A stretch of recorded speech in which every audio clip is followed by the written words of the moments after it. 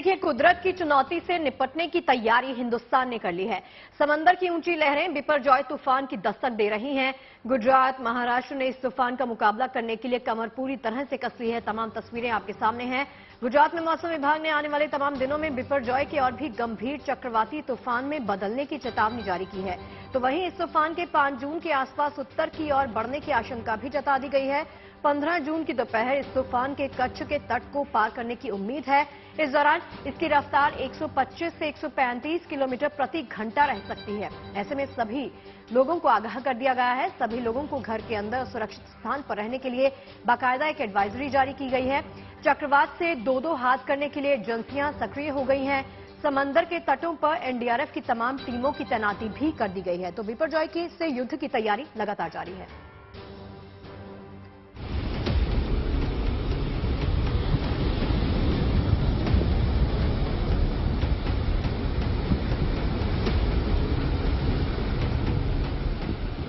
बिपरजॉय तूफान के खतरे को देखते हुए केंद्र और राज्य सरकारों ने तमाम एहतियाती कदम उठा लिए हैं। मौसम विभाग के मुताबिक बिपरजॉय 15 जून को गुजरात में कच्छ के तट को हिट करेगा, लेकिन इसका असर सिर्फ गुजरात तक ही सीमित नहीं रहेगा। मुंबई से लेकर केरल तक पर बिपरजॉय तूफान का असर होने की आशंका है। इस दौरान गुजरात में भारी बारिश की चेतावनी जारी की गई है।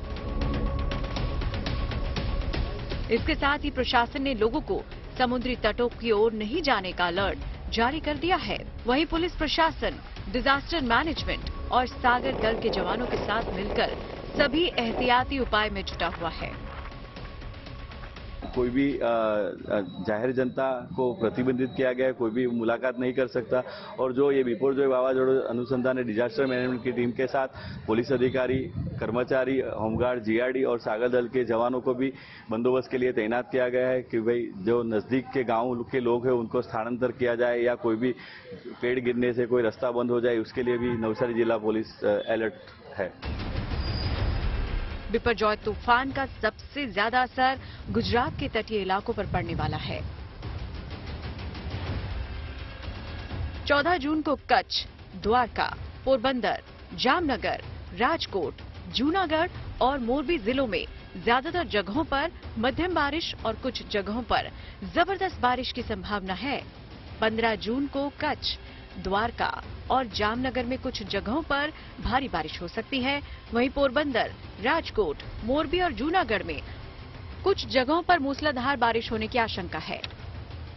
सौराष्ट्र और उत्तरी गुजरात क्षेत्र के बाकी जिलों में कुछ एक जगहों पर भारी बारिश की संभावना है। 16 जून को उत्तरी गुजरात और दक्षिण राजस्थान के अधिकांश इलाकों में हल्की से मध्यम बारिश की चेतावनी दी गई है, जबकि कुछ जगहों पर भारी बारिश का अलर्ट जारी किया गया है। वहीं गुजरात के तमाम बंदरगाहों को बंद कर दिया गया है, जिसकी वजह से देश भर से आने वाले ट्रकों को फिलहाल गांधीधाम में खड़ा कर दिया गया है। गांधीधाम में ट्रकों की लंबी कतार देखी जा सकती है। यूं तो बिपरजॉय तूफान के गुजरात के समुद्री तटों के साथ टकराने में अभी 40 से 42 घंटे का वक्त है, लेकिन समंदर में तेज हवाओं के साथ उठने वाली ऊंची लहरें खतरे की घंटी बजाने लगी हैं। द्वारका के समुद्री तटों पर बेकाबू लहरों के बीच खतरे का साइन बोर्ड लगा दिया गया है, जिस पर साफ लिखा है कि स्नान करना मना है। इस बीच इंडियन कोस्ट गार्ड ने द्वारका से करीब 25 नॉटिकल माइल दूर ऑयल ड्रिलिंग शिप की सिंगापुर में फंसे 11 लोगों को सफल रेस्क्यू कर लिया। मौसम खराब होने की वजह से ये लोग अरब सागर में फंस गए थे, लेकिन इंडियन कोस्ट गार्ड ने एडवांस फ्लाइट हेलीकॉप्टर MK3 की मदद से इन्हें एयरलिफ्ट कर दिया।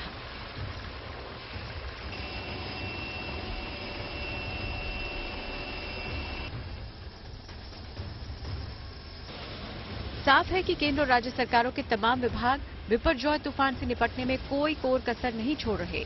अगले 48 घंटे तक खतरा सबसे ज्यादा है।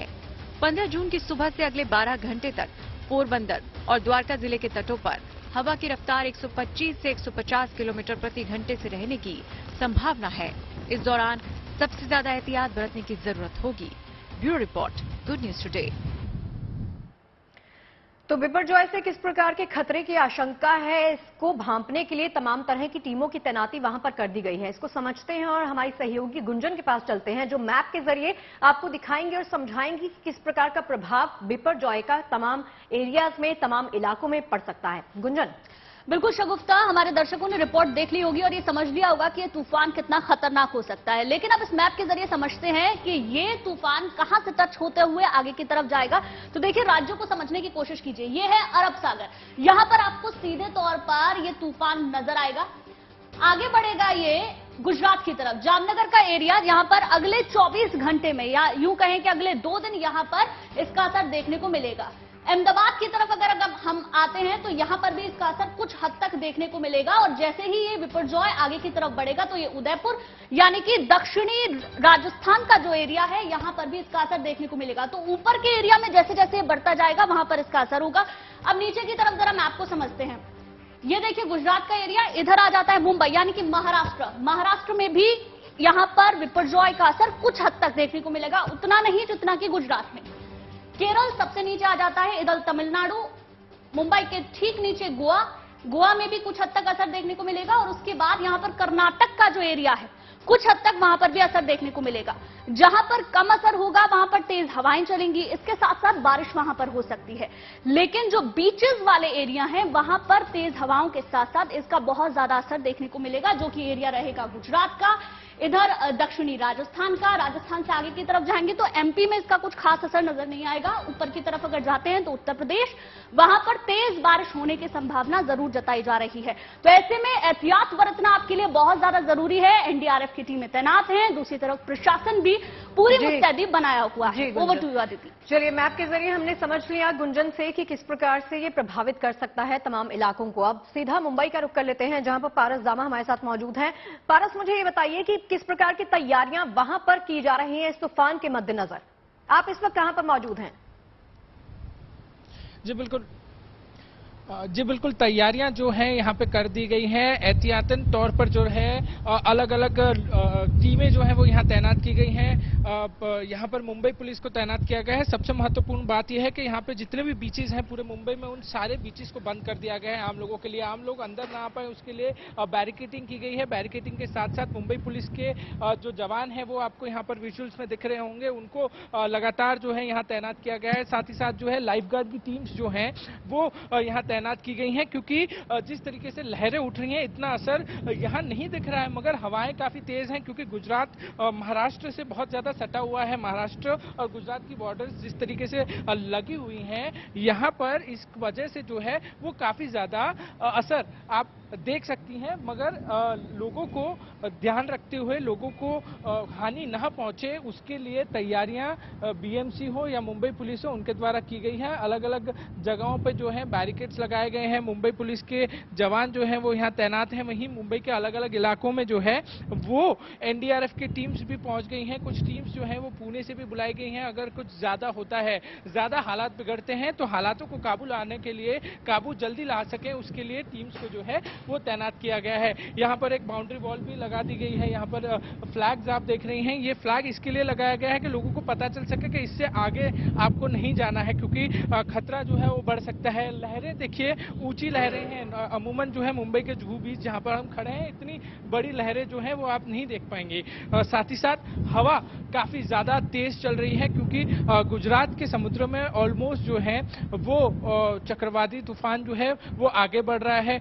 कुछ ही समय है, कुछ कल के लिए ये तैनात किया गया है कि कल जो है अब वो कराची की ओर भी बढ़ेगा ये तूफान। तो एहतियातन तौर पर मुंबई में काफी तैयारियां की गई हैं। ये पूरा एरिया जो है वो ब्लॉक कर दिया गया है आम लोगों के लिए। यहाँ पे आम लोगों का आना जो है आज के लिए बिल्कुल बंद कर दिया गया है। बिल्कुल सौरभ, तस्वीरों में हम देख पा रहे हैं, साथ ही साथ आप ये भी बता रहे हैं कि किस तरीके से वहां पर एहतियातन कदम उठाए गए हैं। लेकिन कराची से ऊपर की तरफ अगर देखें तो अगले 2 दिनों में गुजरात, और गुजरात से ठीक नीचे आता है महाराष्ट्र, जहां पर आप मुंबई में मौजूद हैं।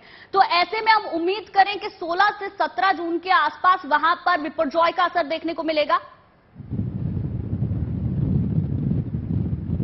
जी बिल्कुल, जिस तरीके से आज हालात बने हुए हैं मुंबई में, उसको मद्देनजर रखते हुए महाराष्ट्र के आसपास के जो तटीय इलाके हैं वहां पर असर देखने को मिल सकता है, मगर उतना असर नहीं दिखने को मिलेगा जितना गुजरात में देखा जा रहा है। गुजरात से 400-450 किलोमीटर के आसपास की दूरी है बिपरजॉय की, जहां पर इतना ज्यादा असर पड़ रहा है। मुंबई से अगर मौसम विभाग की माने तो 550-600 किलोमीटर की दूरी पर जो है ये तूफान है, मगर 550-600 किलोमीटर की आसपास की दूरी पर भी तूफान होने के बावजूद जिस तरीके से यहाँ हवाएं चल रही हैं, सुबह हल्की हल्की बारिश भी हो रही है, थोड़ी देर जो है वो सूर्य निकल रहे हैं, मगर उसके बाद फिर थोड़ी थोड़ी बारिश हो रही है, मगर हवा का दबाव जो है वो काफी ज्यादा है। हवा जो है वो काफी ज्यादा जोर से यहाँ पर बह रही है और जो तटीय इलाके हैं वहां पे तो ज्यादा हो रही है। महाराष्ट्र में भी बहुत सारी ऐसी जगहें हैं जो तटीय इलाके हैं, वहां पर एनडीआरएफ की टीमों को तैनात किया गया एहतियाती तौर पे, क्योंकि अगर हवाएं ज्यादा बढ़ती हैं और साइक्लोन का दबाव ज्यादा होता है और मुंबई पे और महाराष्ट्र पे ज्यादा असर होता है तो लोगों को समय रहते जो है वहां से निकाला जा सके और कदम जो है भारत के कई इलाकों में इस चक्रवाती तूफान का असर हो सकता है। फिलहाल रुक करते हैं गोपी गहंगर का, जो हमारे साथ कच्छ से जुड़ गई है। गोपी, वहां पर तैयारियों को लेकर क्या किया जा रहा है? जब तूफान वहां पर पहुंचेगा तो उसके रेस्क्यू के लिए क्या इंतजाम किए गए हैं, इसके बारे में बताइए। बिल्कुल, देखिए शगुफ्ता, फिलहाल तो हम कच्छ के मांडवी बीच पर मौजूद है और यहाँ पे जो लहरें चल रही है, काफी तेज हवाएं चल रही है और बारिश जो है वो अब लगातार यहाँ पे शुरू हो चुकी है। इसका सीधा असर ये है कि साइक्लोन का असर यहाँ पे 2 दिन पहले से ही दिखना शुरू हो चुका है।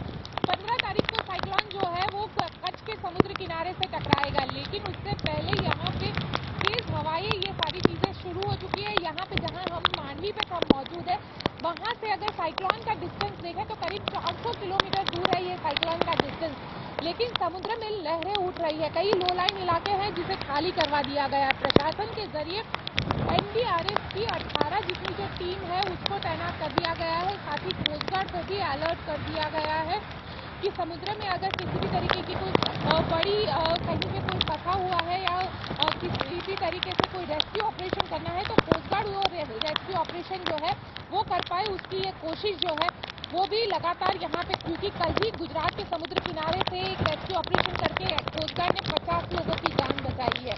इसके अलावा कच्छ की बात की जाए तो कच्छ के पूरे समुद्र किनारा, जहाँ पे मांडवी से लेके पाकिस्तान की सीमा तक का जो किनारा है, वहाँ पे सुरक्षा के लिहाज से कई इलाके खाली करवा दिए गए हैं। यहाँ तक कि जखाऊ जो पोर्ट है, जहाँ पे कई सारी मछुआरे कॉलोनी आई हुई है, उसे भी खाली करवा दिया गया है, ताकि साइक्लोन जो है वो जखाऊ के समुद्र किनारे से टकराएगा और जखाऊ का समुद्र किनारा जो है वहाँ पे किसी भी जान माल का नुकसान ना हो, उसके मद्देनजर उसे भी खाली करवा दिया गया है। देखिए, यहाँ पे समुद्र किनारे पे खड़े रह पाना भी मुश्किल साबित हो रहा है, क्योंकि हवा काफी तेज चल रही है और बारिश लगातार यहाँ पे हो रही है।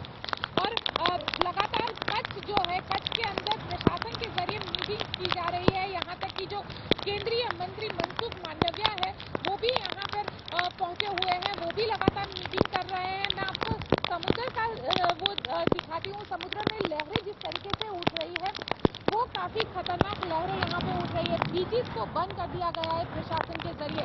न सिर्फ गुजरात के कच्छ के समुद्र किनारे को बंद कर दिया गया है, बल्कि पूरे गुजरात को 1600 किलोमीटर लंबा समुद्र किनारा है। ये पूरे 1600 किलोमीटर लंबे समुद्र किनारे को फिलहाल आम जनता के लिए यहाँ पे बंद कर दिया गया है। पुलिस को तैनात कर दिया गया है। एनडीआरएफ की 18 टीमों को डिप्लॉय किया गया है और अकेले कच्छ के अंदर 4 टीम को डिप्लॉय किया गया है। अगर कहीं पे कोई फंसता है तो उसका रेस्क्यू तुरंत ही किया जा सके। लगातार जो है ये अलर्ट पर, प्रशासन अलर्ट पर है। कल मुख्यमंत्री भूपेंद्र पटेल भी state and emergency control centre पर पहुंचे थे। उन्होंने भी वहां पे पूरी सिचुएशन का जायजा लिया। यहाँ तक कि मेट डिपार्टमेंट के साथ भी उनकी एक मीटिंग हुई और मेट डिपार्टमेंट ने भी जो साइक्लोन की मूवमेंट है उसके बारे में वहां पे चर्चा की, क्योंकि जो साइक्लोन है काफी स्लो से गति से यहाँ पे चल रहा है और धीमी गति से चलने की वजह से माना जा रहा है कि उसका जो नुकसान है वो सबसे ज्यादा, जब लैंडफॉल करेगा तो सबसे ज्यादा नुकसान यहाँ पे पहुंचा सकता है। तो वैसे में साइक्लोन से कम नुकसान हो, ये अंदाजा मानकर, ये चीजों को मानकर पूरी जो तैयारी है वो यहाँ पर की जा रही है। साथ ही जो प्रधानमंत्री नरेंद्र मोदी ने गुजरात के मुख्यमंत्री भूपेंद्र पटेल के साथ भी बातचीत की है। 5 केंद्रीय मंत्रियों को इसकी जिम्मेदारी सौंपी गई है। जी गोपी, मनसुख मांडविया को कच्छ की जिम्मेदारी सौंपी गई है। बिल्कुल गोपी, प्रशासन की ओर से पूरा इंतजाम किया जा रहा है। रेस्क्यू के लिए पूरे इंतजाम हो गए हैं। फिलहाल एक बार रुक करते हैं द्वारका में, हमारे रिपोर्टर ब्रजेश भी हमारे साथ जुड़ गए हैं।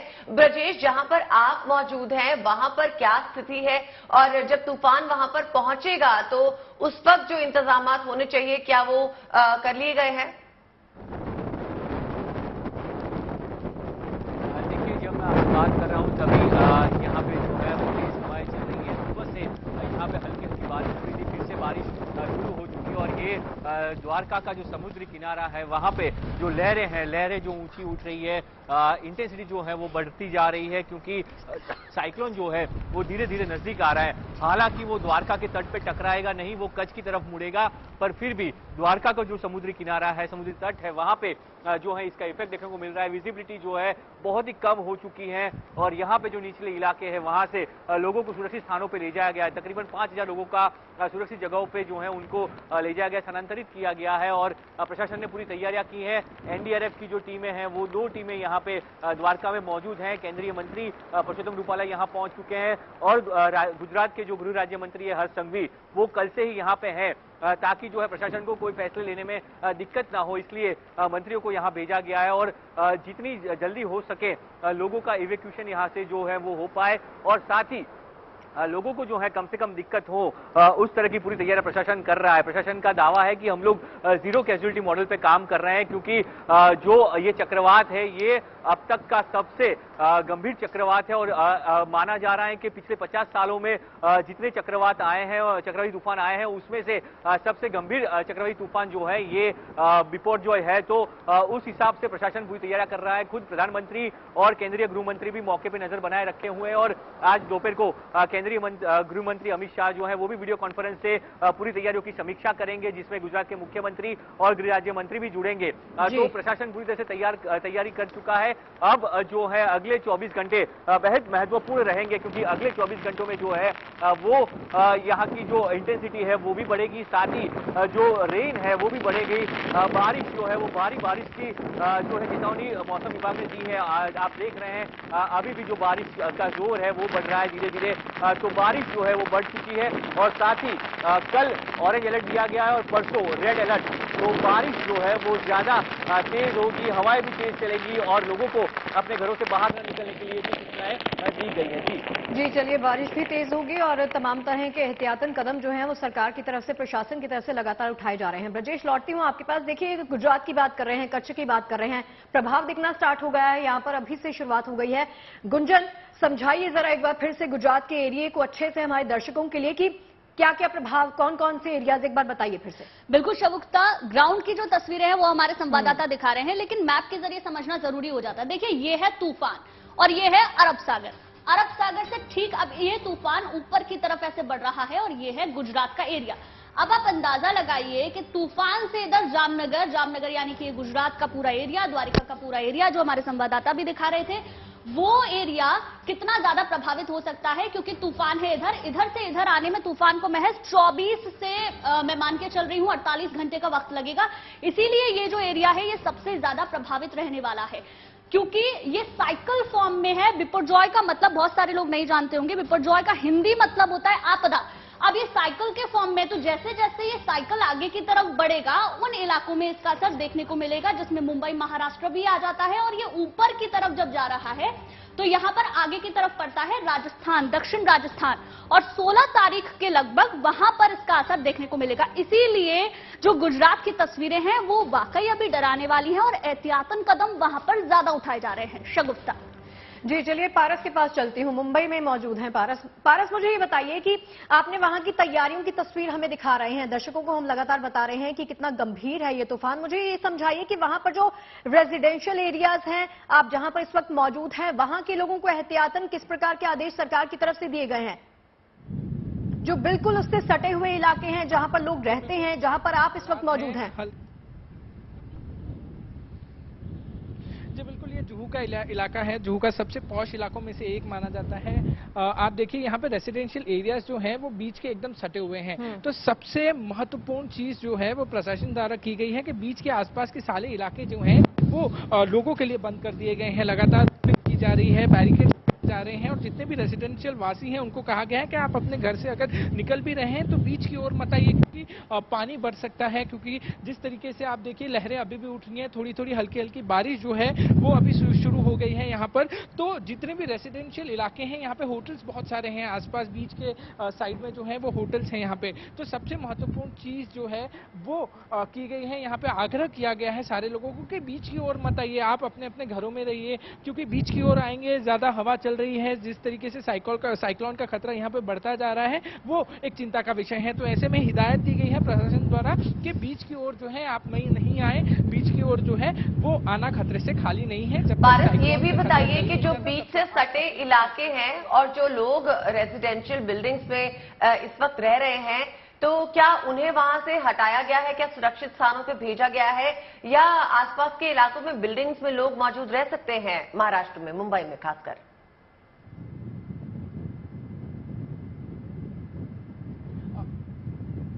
यहाँ पे हालात जो हैं वो अभी तक इतने खराब नहीं हुए हैं। तो लोग जो हैं उनको ये जरूर हिदायत दी गई है कि आप बीच की ओर मत बढ़िए, क्योंकि मुंबई में बहुत सारे ऐसे बीच हैं जहां पर हर समय हमने देखा है कि जब बारिश ज्यादा होती है तो रेसिडेंशियल इलाकों में पानी घुस जाता है, जिससे लोगों को डर लगता है, लोगों को दिक्कतों का सामना भी करना पड़ता है। तो वहीं एहतियातन तौर पर जो है सारे रेसिडेंशियल इलाके के आसपास जो है वो टीमें भी तैनात की गई हैं। मुंबई पुलिस को भी चौकन्ना रहने कहा गया है। मुंबई पुलिस की टीम, आप पूरे बीचेस पे देख पाएंगे कि भारी तादाद में जो है मुंबई पुलिस की टीम्स जो है उनको तैनात किया गया है। वहीं रेसिडेंशियल इलाकों की आप जो सवाल पूछा है, रेसिडेंशियल इलाकों में भी लोगों को अलर्ट रहने पे कहा गया है। जी, चलिए मुंबई की तस्वीर तो हम देख ही रहे हैं, कच्छ की तस्वीर भी एक बार देख लेते हैं। गोपी के पास चलते हैं। गोपी, आपको अगर मेरी आवाज आ रही है तो वहां पर जैसे आप दिखा रही थी कि अभी से हालात थोड़े से बिगड़ने, चलिए गोपी के साथ दोबारा से उसके साथ संपर्क साधने की कोशिश करेंगे। एक बार फिर से पारस का ही रुख कर लेते हैं। पारस, मुझे ये बताइए कि आप पीछे जो तस्वीरें दिखा रहे हैं ना, उसमें मैं देख रही हूं कि लगातार पुलिस अधिकारी वहां पर मौजूद हैं, टीम्स मुस्तैद हैं वहां पर, जो लोगों को वहां से दूर करने की कोशिश कर रहे हैं।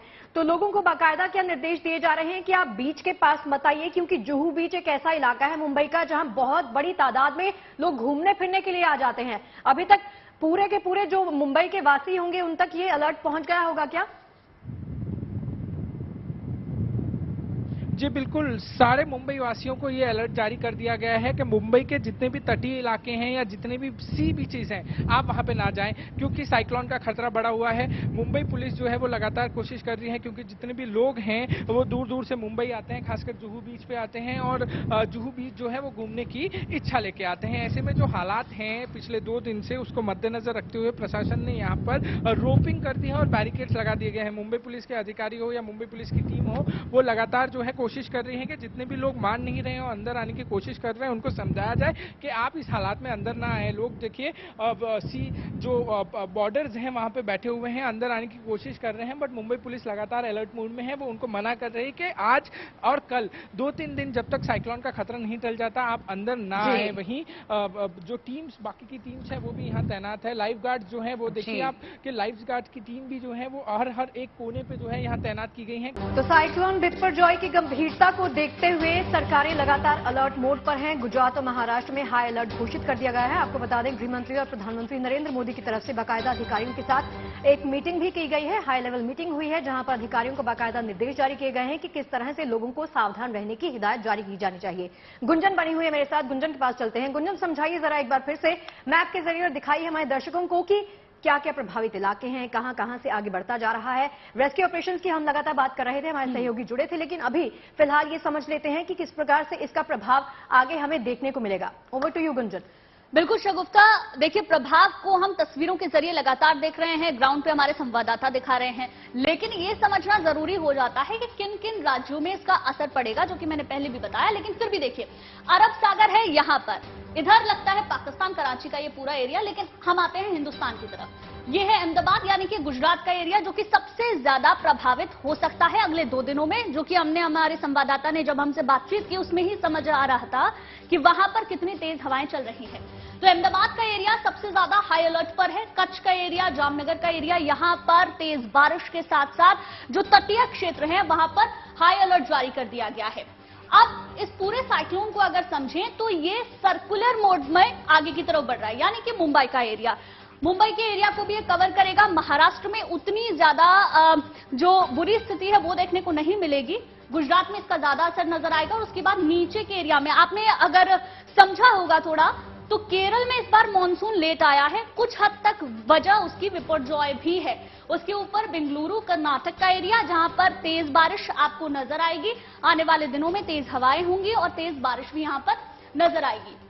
ऊपर की तरफ अगर चलते हैं तो ऊपर की तरफ तमिलनाडु आंध्र प्रदेश का एरिया आता है, वहां पर इतना ज्यादा असर देखने को नहीं मिलेगा। अब जैसे जैसे साइक्लोन आगे बढ़ रहा है उसको अगर देखें तो राजस्थान के एरिया पर असर पड़ेगा, एमपी में असर नहीं पड़ेगा। और ऊपर आता है उत्तर प्रदेश। उत्तर प्रदेश में जरूर तेज हवाएं देखने को मिल सकती हैं। शगुफ्ता जी, एक बार फिर से रुक करते हैं पारस का, जो हमारे साथ इस वक्त मुंबई से ही बने हुए हैं। पारस, कई बार ऐसा देखा जाता है कि जब तूफान आने वाला होता है तो पूर्वानुमानित जो बातें होती हैं वो नहीं होती है। कई बार गंभीरता जो है तूफान की वो ज्यादा बढ़ जाती है। उसके लिए सुरक्षा के इंतजामों को लेकर जो है तैयारियां पुख्ती होनी बहुत जरूरी है। तो बताइए कि क्या वहां पर कुछ ऐसे इंतजाम भी किए गए हैं अगर तूफान जो है वो गंभीर रूप से महाराष्ट्र पर असर डालता है तो? जी बिल्कुल शगुफ्ता, इंतजामात पूरे किए गए हैं क्योंकि अनुमानित तौर पर जो है पहले ही मौसम विभाग द्वारा कह दिया गया था कि मुंबई के आसपास के इलाकों में विपर्जॉय का असर दिखेगा, मतलब उतना ज्यादा नहीं दिखेगा जितना गुजरात या बाकी इलाकों में दिखेगा। इसी के मद्देनजर जो है प्रशासन ने एक चीज की कि अलग अलग जगहों पर मुंबई के पहले तो एनडीआरएफ की टीम तैनात कर दी गई।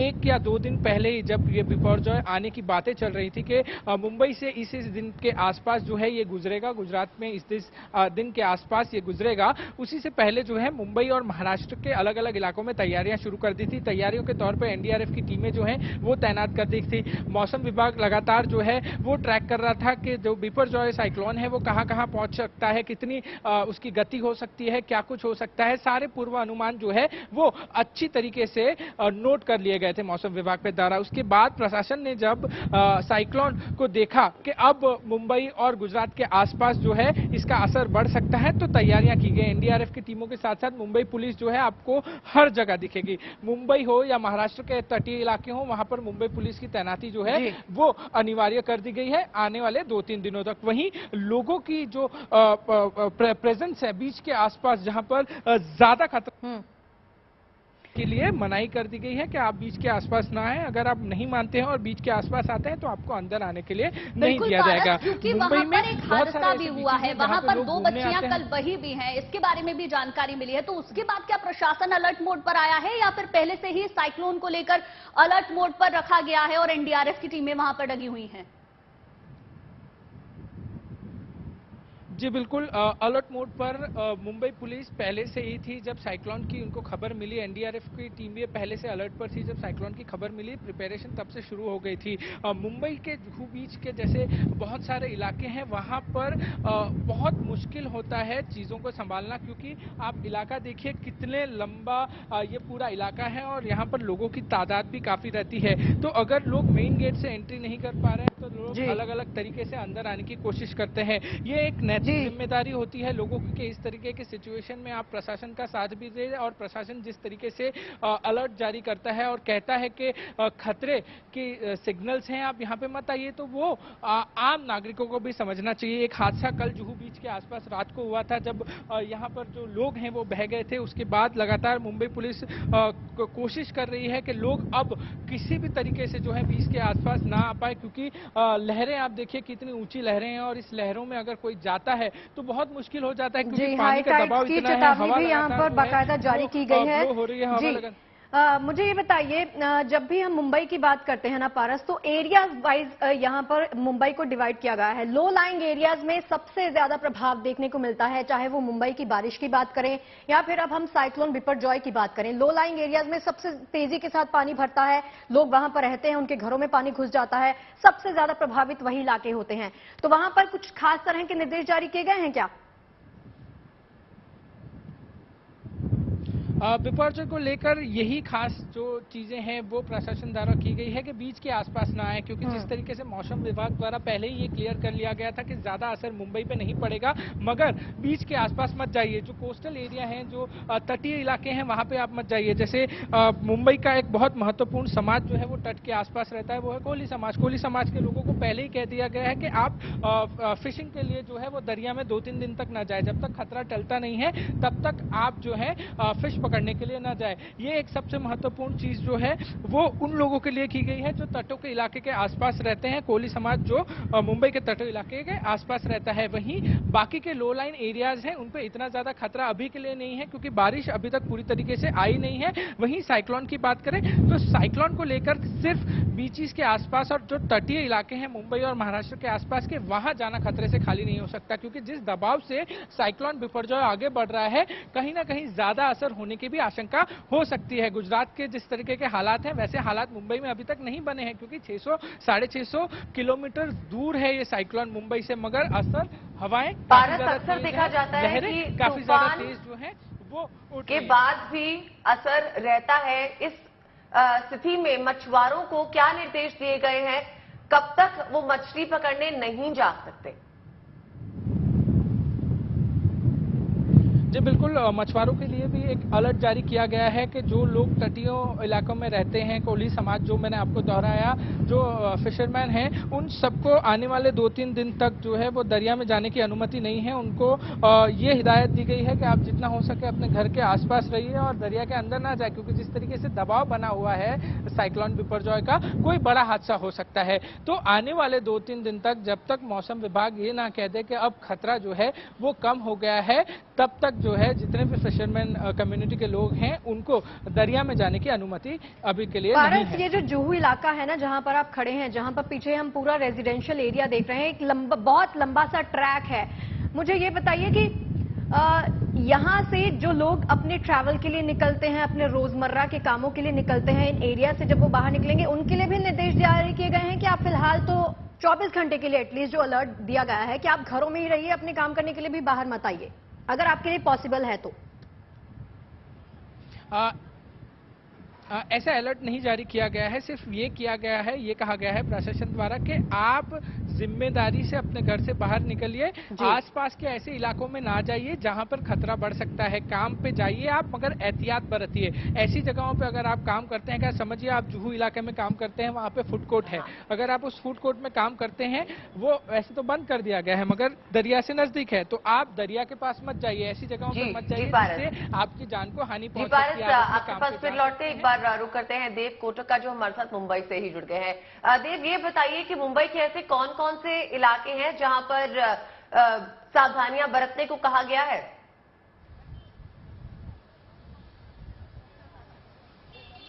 जी, जैसे ही जो समुद्र को लग के सारे इलाके हैं जो तट पर है, gateway of India, marine drive, Worli sea face, Worli Koliwada, Sion और खार कोलीवाड़ा, जुहू कोलीवाड़ा, जुहू बीच, दादर चौपाटी बीच, गिरगांव चौपाटी बीच, ये जो सारे एरियाज है वहां पर एक कहीं ना कहीं एक अलर्ट जारी कर दिया गया है। लेकिन जैसे कि आप जानते हैं कि ये चक्रवात के कारण है, अभी तक मुंबई में पूरी तरह से बारिश का मौसम शुरू भी नहीं हुआ है और ऑलरेडी एक पीले अलर्ट की घोषणा की गई थी थाने और मुंबई के जिलों में। और जैसा कि आपने देखा कि गवर्नमेंट की चेतावनी के बावजूद भी कुछ लोग कल पानी में कूदे थे। 15-16 साल के युवक थे, सारे के सारे लड़के थे, जिनमें से 5 लोग पानी में गिर गए थे क्योंकि वो लोग नहाने के लिए गए। तो एक बड़ी सी लहर आई और सभी को एक साथ ले लिया।